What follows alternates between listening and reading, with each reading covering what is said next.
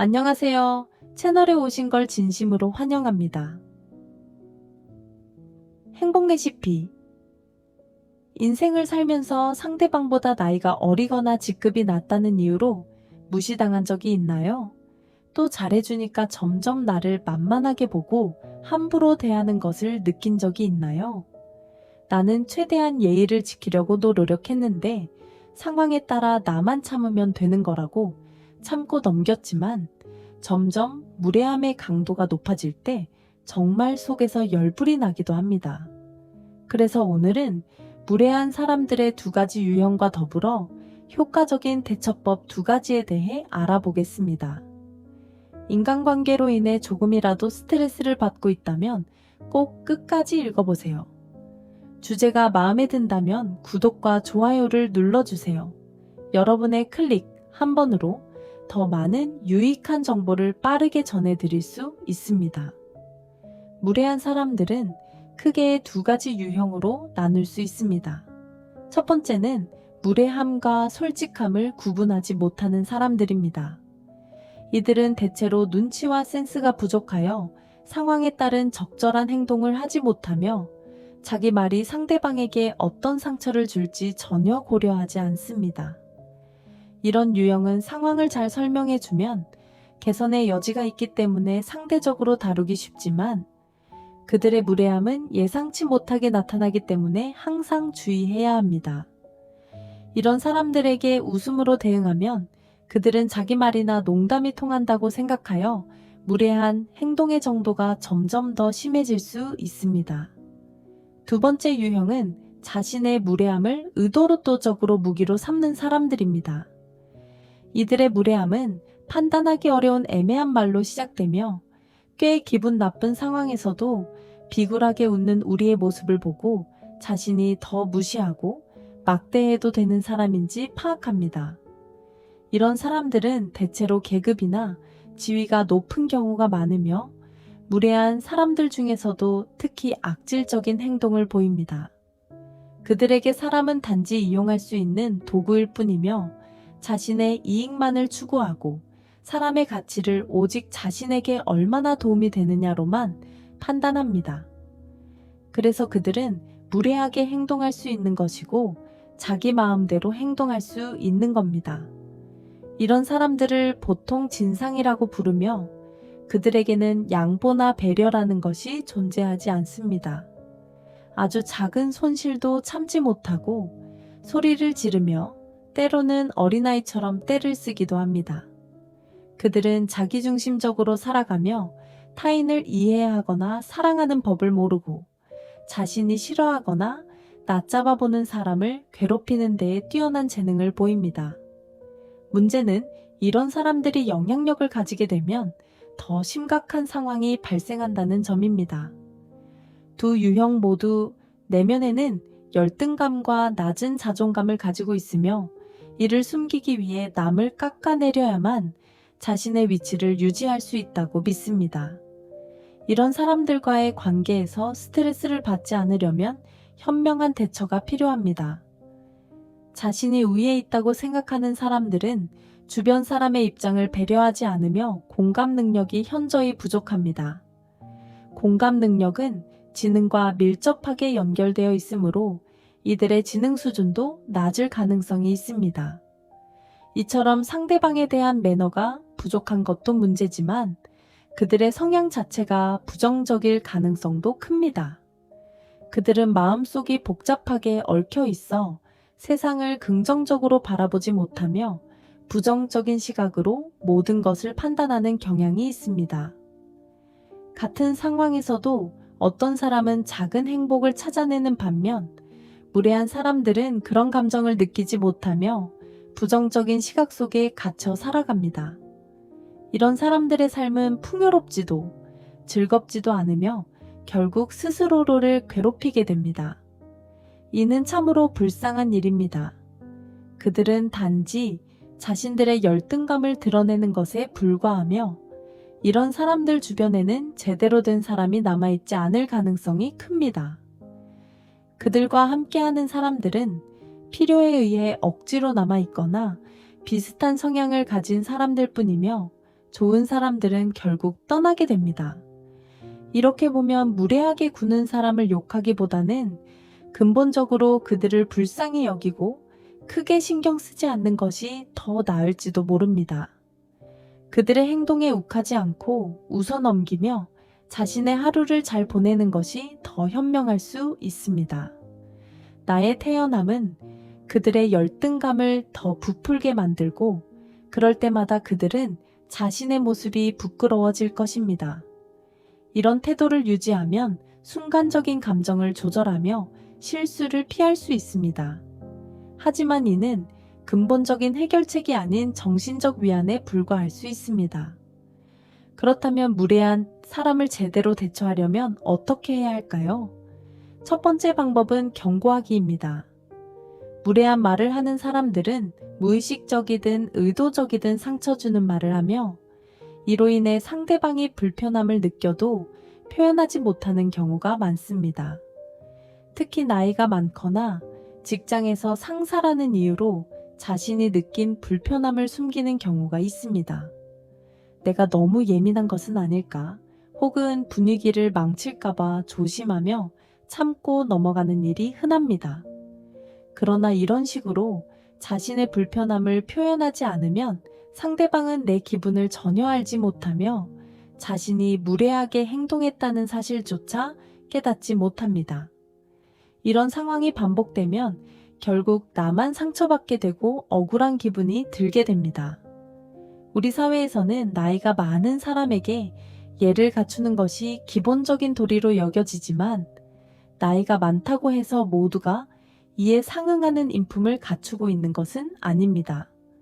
나이에 비해 행동이 미숙하거나 나이를 권력으로 여겨 무례하게 행동하는 사람도 많습니다. 이런 사람들에게까지 예의를 차리며 해야 할 말을 하지 못하는 것이 과연 옳을까요? 이런 상황에서는 무례함에 대해 자신만의 방식으로 표현할 수 있어야 합니다. 상대방의 행동이 나에게 불쾌감을 주었다는 것을 암시하거나 장난스러운 농담으로 상황을 전환하며 상대방이 자신을 돌아보게 만드는 것도 좋은 방법입니다. 말은 순간적으로 사라지고 증거가 남지 않기에 직접적인 충돌을 피하면서도 나의 입장을 전달할 수 있습니다. 결국 피해자에게 남는 것은 분노와 상처뿐입니다. 그래서 무례한 사람에게 대처하는 가장 중요한 방법은 현행범을 잡는 것입니다. 상대가 무례한 말을 할 때 즉각적으로 대응하여 그 자리에서 문제를 지적해야 합니다. 무례한 상황에서 무리하다고 바로 지적하면 상대방은 쉽게 반박할 수 없습니다. 만약 그 순간에 대응하지 못하고 나중에 사과를 요청한다면 상대는 당시에는 웃어넘기지 않았느냐, 왜 이제 와서 문제 삼느냐고 반박할 가능성이 높습니다. 이렇게 타이밍을 놓치면 사과를 받기가 더 어려워지고 한번 선을 넘어본 상대는 당신을 쉬운 상대로 여기며 같은 일을 반복할 가능성이 커집니다. 만약 순간적으로 적절히 대응하지 못하는 경우를 대비해 방금 말씀하신 것은 상당히 무리하다고 생각합니다. 와 같은 준비된 대사를 미리 준비해 두는 것도 좋은 방법입니다. 이런 대사를 마음속에 준비해 두고 필요할 때 사용하는 것은 자기 자신을 지키는 훌륭한 방어책이 될 수 있습니다. 무례한 사람들은 자기 방어를 잘하는 사람을 귀신같이 알아보고는 피해가려 하기 때문에 이런 공포탄은 매우 효과적입니다. 인간은 본능적으로 자신이 쉽게 발을 디딜 수 있는 곳을 찾기 마련입니다.